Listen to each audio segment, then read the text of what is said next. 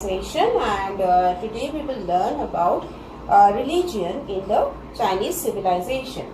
Now before that we will just quickly go through what we have done. We have learned about the location of China, the different dynasties that rule China, and along with that we have learned about the social structure, that is how the society looked like in the Chinese civilization, the different occupations that the people of China carried out. And we know that the Chinese people were the first to cultivate tea. They were also the first to know how to raise silkworms and to get silk out of it, which became their main item of export. Along with that, the Chinese were the first to learn making things of porcelain, which had a great demand outside China. And they had also acquired the skill of making beautiful works out of, or beautiful things out of wood, leather, bronze. These were also popular, these also had a great demand outside China. And when we look at the trade and commerce carried out by the Chinese people, we find that they had trade relations with other civilizations of that time. And silk was their main item of export. Along with that, tea, China ware, then paper, all these things were exported by the people or taken to different places by the Chinese people. They mainly used boats and carts for trading, for traveling from one place to another. Later on, horse-drawn carriages were also used, and they followed, or a network of roads had been constructed, especially for trading with silk to different parts of the world. That is mainly, these roads were used mainly for the carrying silk to these areas like that of Central Asia, the regions around the Mediterranean Sea, and also to the Roman Empire. And this path, or this roadways, or this came to be known as the Silk Route. This Silk Route was used by the Chinese people for trade purposes. Silk was the main item of export that was carried out, or that was taken by using these routes. So it came to be known as the Silk Route. And today we will learn about the religious practices of the Chinese people. Now when we look at the religious practices of the Chinese people, we find that it can be studied, religion in the Chinese civilization, it can be studied, the religious practices that the people followed during the Bronze Age and after the Bronze Age. Now if we look at the practices of Chinese religion during the Bronze Age, we find that they had some characteristics of their own. Like, what were the characteristics? Like, during the Bronze Age, they worshipped, the Chinese people, they worshipped several gods. And as you have read earlier, this was a practice that was followed by most of the civilizations, ancient civilizations. And they worshipped several gods, and these gods represented the forces of nature. And again, this is common, you have read in other civilizations also. Forces of nature was worshipped by the people as gods, and there were several gods which were worshipped by the Chinese people, but the main god was Shang-Ti. It was considered to be that he was the supreme god. He was above all the other gods, and he enjoyed a special position. He was the most important. Shang-Ti was the most important god of the Chinese people, or it was the most the supreme god that was worshipped during the Bronze Age. Again, we find during this time, the Chinese, they had a great respect for astrologers and oracles. Who were these oracles? The holy priests. And the oracles, they were considered to be very close to the god. And so this holy priest, they were considered to be very close to God. So obviously the people of China, they respected him, and they listened to him, and they paid great respect to the astrologers and to the oracles. Next, ancestor worship was also common in China, because we know that they respected and feared their ancestors. So ancestor worship and sacrifices to gods and ancestors were very important for the Chinese people. That is, they also made sacrifices to gods and also to the ancestors. So this was quite common during the Bronze Age. And like other civilizations, early civilizations, we find that they also believed in life after death. The king, when he died, he was buried along with his slaves and prisoners. That is, his slaves and prisoners were also sacrificed, and they were buried along with the king. So this shows that the Chinese, they had a belief in life after death. So in short, if we look at the practices of the people during the Bronze Age, we find they worshipped various gods, many gods, and they represented, these several gods represented the forces of nature.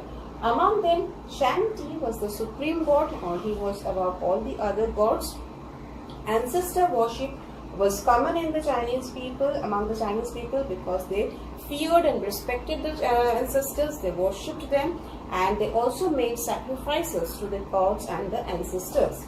The astrologers and the oracles, that is the priests, they enjoyed a very important position in the society.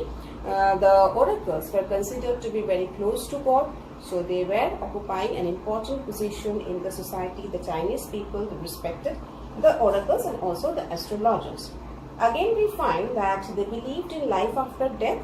When a king died, his slaves and his prisoners were sacrificed, and they were buried along with him. So this shows, like other civilizations, early civilizations, the Chinese also believed in life after death. So these were the practices during the Bronze Age. Next, we will look after the practices, or how religion or how religious practices developed after the Bronze Age. Now, after the Bronze Age, we find that the religion of the Chinese people, it focused around the three philosophies that the people followed. First was Confucianism, Taoism, and Buddhism. We know, you have already read that the Confucius, he was a great Chinese teacher, and he came up, or he gave his teachings to the people during the Zhou dynasty, and it is said that he laid the foundation of a popular religious movement called Confucianism. That is, the teachings, his philosophies, what he taught to the people, that came to be known as Confucianism. And his teachings were mainly a moral code of conduct, that is, a code of conduct for the people, what they should do and what they shouldn't do. Like he taught them to love, to have love for everyone, to respect the elders, to do hard work, and to be honest. So it was the moral code of conduct for the people, and the people respected him, the people followed him. And it is said that Confucianism became the state religion of China and a guiding ideology in many countries. Confucianism became the official religion in China, that is the state religion in China, and other places also they believed or they followed the ideology or the teachings of Confucius. So after Bronze Age, Confucianism was one philosophy that dominated the religion of the Chinese people. They believed or they followed the teachings given by the great Chinese teacher Confucius. These teachings were mainly moral code of conduct, like he had taught the people to be honest, to do hard work, to have respect for their elders, and also love for everyone. So this was Confucianism. And then comes Taoism. Taoism, it is said that it originated in China. It came up in China around 2000 years ago. And it is a religion of unity and opposites, and that is yin and yang. And Taoism, it focused on nature and self-development. When Confucianism was teaching the people a moral code of conduct, Taoism was teaching the people how to develop themselves. Next came Buddhism. Now Buddhism, it was first brought to China from India by the missionaries and the traders. The traders that came along the Silk Route to India, they had carried the teachings of Buddhism to China, and later on the missionaries, that Buddhist missionaries, they also used the Silk Route for preaching or for spreading Buddhism in China. And the Silk Route, it connected China with Europe. And in the late Han Dynasty, the Silk Route was constructed mainly for the purpose of trade, but it is very important. Why it is important? Because this path was used not only for trading silk or for trade and commerce, it was also the path that was used by the trade, by the missionaries, and it helped in the spread of Buddhism not only to China and to other areas also. And Buddhism became a very popular religion in China, because it could address the people directly. People could easily understand the teachings of Buddha and they can follow it, and so it became very popular among the people.